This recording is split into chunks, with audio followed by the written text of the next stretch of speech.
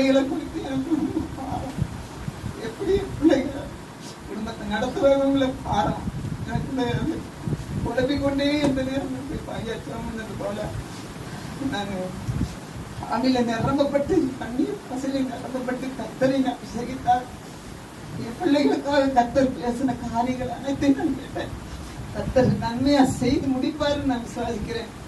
எனக்காக, என் குடும்பத்துக்காக, என் பிள்ளைகளுக்காக பாரப்பட்டு செவித்த செவத்துக்கு கத்தர் பதில் கொடுத்து அதுக்கு கோடான கோடி நன்றி நான் ஏறெடுக்கிறேன். அடிமையோட எத்தனையோ நீங்கள் சோர்வுகள் அசதிகள் எல்லாவற்றையும் இந்த தேவன் மாற்றி இந்த நாளை என்னை புதுப்பித்து வைத்திருக்கிறார்.